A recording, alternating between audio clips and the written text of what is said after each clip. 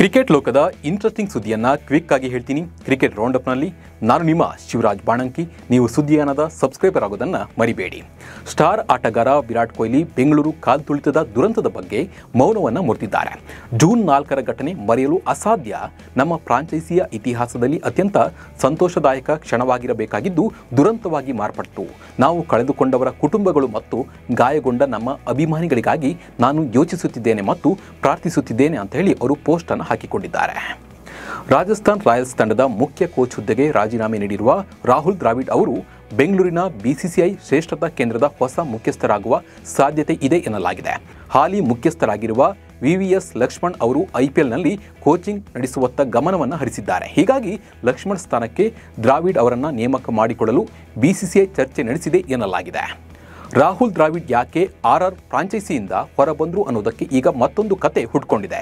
ಮುಂದಿನ ಸೀಸನ್ಗೂ ಮುನ್ನ ರಿಯಾನ್ ಪರಾಗ್ಗೆ ಪಟ್ಟಾಭಿಷೇಕ ಮಾಡೋದು ಫ್ರಾಂಚೈಸಿ ಪ್ಲಾನ್ ಆಗಿತ್ತು. ದ್ರಾವಿಡ್ ಇದಕ್ಕೆ ಸುತರಾಂ ಒಪ್ಪಿರಲಿಲ್ಲ. ರಿಯಾನ್ ಪರಾಗ್ ಬದಲಾಗಿ ಯುವ ಆಟಗಾರ ಯಶಸ್ವಿ ಜೈಸ್ವಾಲ್ ಮೇಲೆ ದ್ರಾವಿಡ್ಗೆ ಒಲವಿತ್ತು. ದ್ರಾವಿಡ್ ಅಭಿಪ್ರಾಯ ಫ್ರಾಂಚೈಸಿ ಪರಿಗಣನೆಗೆ ತೆಗೆದುಕೊಂಡಿಲ್ಲ. ಇದರಿಂದ ಬೇಸರಗೊಂಡೇ ದ್ರಾವಿಡ್ ತಂಡದಿಂದ ಹೊರಬಂದ್ರು ಅಂತ ಹೇಳಿ ಒಂದು ಟಾಕ್ ಶುರುವಾಗಿದೆ. ಟೀಮ್ ಇಂಡಿಯಾದ ಮಾಜಿ ಆಲ್ರೌಂಡರ್ ಇರ್ಫಾನ್ ಪಠಾಣ್ ಭಾರತ ತಂಡದ ಮಾಜಿ ನಾಯಕ ಮಹೇಂದ್ರ ಸಿಂಗ್ ಧೋನಿ ವಿರುದ್ಧ ಗಂಭೀರ ಆರೋಪವನ್ನು ಮಾಡಿದ್ದಾರೆ. 2008ರ ಆಸ್ಟ್ರೇಲಿಯಾ ಸರಣಿಯ ಸಮಯದಲ್ಲಿ ಇರ್ಫಾನ್ ಚೆನ್ನಾಗಿ ಬೌಲಿಂಗ್ ಮಾಡ್ತಿಲ್ಲ ಅಂತೇಳಿ ಧೋನಿ ಹೇಳಿಕೆಯನ್ನು ನೀಡಿದರು.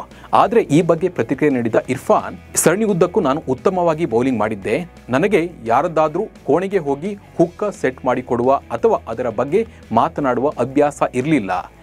ಇವೆಲ್ಲವೂ ಎಲ್ಲರಿಗೂ ತಿಳಿದಿರುವ ವಿಷಯನೇ ಅಂತ ಧೋನಿಗೆ ಒಂದು ರೀತಿಯ ಟಾಂಗನ್ನು ಕೊಟ್ಟು ಮಾತನಾಡಿದ್ದಾರೆ. ಮುಂಬರುವ 2027ರ ಐಸಿಸಿ ಏಕದಿನ ವಿಶ್ವಕಪ್ ಟೂರ್ನಿಯಲ್ಲಿ ವಿರಾಟ್ ಕೊಹ್ಲಿ ಹಾಗೂ ರೋಹಿತ್ ಶರ್ಮಾ ಅವರು ಆಡಬೇಕು ಎಂದು ಭಾರತದ ಮಾಜಿ ಆಲ್ರೌಂಡರ್ ಇರ್ಫಾನ್ ಪಠಾಣ್ ಆಗ್ರಹಿಸಿದ್ದಾರೆ. ಅವರಿಗೆ ಅಗತ್ಯ ಗೇಮ್ ಟೈಮ್ ಸಿಕ್ಕಿ ಅಲ್ಲಿಯ ತನಕ ಸಂಪೂರ್ಣ ಫಿಟ್ ಇದ್ದರೆ 2027ರ ಐಸಿಸಿ ಏಕದಿನ ವಿಶ್ವಕಪ್ ಟೂರ್ನಿಯಲ್ಲಿ ಅವರು ಆಡುವುದನ್ನು ತಡೆಯಲು ಯಾರಿಂದಲೂ ಸಾಧ್ಯವಿಲ್ಲ ಎಂದು ಪಠಾಣ್ ತಿಳಿಸಿದ್ದಾರೆ. 2025ರ ದೆಹಲಿ ಪ್ರೀಮಿಯರ್ ಲೀಗ್ ಪಂದ್ಯದ ಸಂದರ್ಭದಲ್ಲಿ ನೀಡಿದ ಸಂದರ್ಶನವೊಂದರಲ್ಲಿ ಸೂರ್ಯವಂಶಿ ಬಗ್ಗೆ ಜಗತ್ತಿಗೆ ತಿಳಿದಿಲ್ಲದ ಒಂದು ವಿಷಯವನ್ನು ಹೇಳಲು ನಿತೀಶ್ ರಾಣಾ ಅವರನ್ನು ಕೇಳಲಾಯಿತು. ಅವರಿಗೆ ನಿಜವಾಗಿಯೂ 14 ವರ್ಷ ವಯಸ್ಸಾಗಿದೆಯೋ ಇಲ್ಲವೋ ಎಂದು ರಾಣಾ ಹೇಳಿದ್ರು. ನಂತರ ತಕ್ಷಣ ನಾನು ತಮಾಷೆ ಮಾಡ್ತಾ ಇದ್ದೇನೆ ಅಂತ ಹೇಳಿದ್ರು. ಈ ವಿಡಿಯೋ ಈಗ ಸಖತ್ ವೈರಲ್ ಆಗ್ತಾ ಇದೆ. ಅಂತಾರಾಷ್ಟ್ರೀಯ ಕ್ರಿಕೆಟ್ ಮಂಡಳಿ ಐಸಿಸಿ ಮಹಿಳಾ ವಿಶ್ವಕಪ್ 2025ಕ್ಕಾಗಿ ದಾಖಲೆ ಮೊತ್ತದ ಬಹುಮಾನವನ್ನು ಘೋಷಿಸಿದೆ. ಈ ಪಂದ್ಯಾವಳಿಯು ಸೆಪ್ಟೆಂಬರ್ 30ರಿಂದ ನವೆಂಬರ್ 2ರವರೆಗೆ ಭಾರತ ಮತ್ತು ಶ್ರೀಲಂಕಾದಲ್ಲಿ ನಡೆಯಲಿದೆ. ಐಸಿಸಿ ಒಟ್ಟು ಬಹುಮಾನ ಮೊತ್ತವನ್ನು 297% ಹೆಚ್ಚಿಸಿದೆ. ಇದು ಈಗ $13.88 ಮಿಲಿಯನ್ ಅಂದರೆ ಸುಮಾರು $123 ಕೋಟಿ ಆಗಿದೆ. ಇದು ಪುರುಷರ ಕ್ರಿಕೆಟ್ ವಿಶ್ವಕಪ್ಗಿಂತಲೂ ಹೆಚ್ಚಿದೆ. ಶಾರ್ಜಾದಲ್ಲಿ ನಡೆಯುತ್ತಿರುವ ತ್ರಿಕೋನ ಸರಣಿಯ 4ನೇ ಪಂದ್ಯದಲ್ಲಿ ಪಾಕಿಸ್ತಾನ ತಂಡಕ್ಕೆ ಸೋಲುಣಿಸುವಲ್ಲಿ ಅಫ್ಘಾನಿಸ್ತಾನ ತಂಡ ಯಶಸ್ವಿಯಾಗಿದೆ. ಈ ಸೋಲಿನ ಬಳಿಕ ಮಾತನಾಡಿದ ಪಾಕ್ ನಾಯಕ ಸಲ್ಮಾನ್, ಶಾರ್ಜಾ ಪಿಚ್ನಲ್ಲಿ 170 ರನ್ಗಳನ್ನು ಚೇಸ್ ಮಾಡುವುದು ಕಷ್ಟಕರವೇನಾಗಿಲ್ಲ.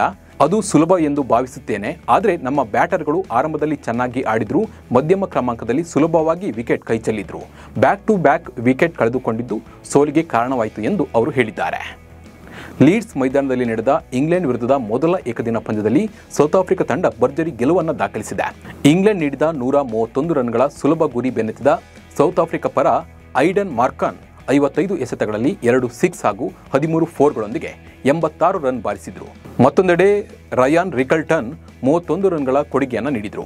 ಈ ಮೂಲಕ ಸೌತ್ ಆಫ್ರಿಕಾ ತಂಡವು 20.5 ಓವರ್ಗಳಲ್ಲಿ 137 ರನ್ ಗಳಿಸಿ 7 ವಿಕೆಟ್ಗಳ ಭರ್ಜರಿ ಜಯವನ್ನು ಸಾಧಿಸಿದೆ. ಸೌತ್ ಆಫ್ರಿಕಾ ವಿರುದ್ಧದ ಮೊದಲ ಏಕದಿನ ಪಂದ್ಯದ ಮೂಲಕ ಇಂಗ್ಲೆಂಡ್ನ ಯುವ ವೇಗಿ ಸೋನಿ ಬ್ರೇಕರ್ ಅಂತಾರಾಷ್ಟ್ರೀಯ ಕ್ರಿಕೆಟ್ಗೆ ಪಾದಾರ್ಪಣೆಯನ್ನು ಮಾಡಿದ್ದಾರೆ. ಈ ಪಾದಾರ್ಪಣೆ ಪಂದ್ಯದಲ್ಲಿ ದುಬಾರಿಯಾಗುವ ಮೂಲಕ ಸೋನಿ ಬೇಡದ ದಾಖಲೆಯೊಂದನ್ನು ತಮ್ಮದಾಗಿಸಿಕೊಂಡಿದ್ದಾರೆ. 7 ಓವರ್ಗಳಲ್ಲಿ 76 ರನ್ ಚರ್ಚಿಸಿಕೊಂಡರು. ಇದರೊಂದಿಗೆ ಇಂಗ್ಲೆಂಡ್ ಪರ ಏಕದಿನ ಪಾದಾರ್ಪಣೆ ಪಂದ್ಯದಲ್ಲಿ ಅತ್ಯಧಿಕ ರನ್ ನೀಡಿದ ಬೌಲರ್ ಎಂಬ ಅನಗತ್ಯ ದಾಖಲೆಯನ್ನು ಸೋನಿ ಬೇಕರ್ ಪಾಲಾಯಿತು. ಇವಿಷ್ಟು ಕ್ರಿಕೆಟ್ ಲೋಕದ ಇಂಟ್ರೆಸ್ಟಿಂಗ್ ಸುದ್ದಿಗಳು. ನಮಸ್ಕಾರ.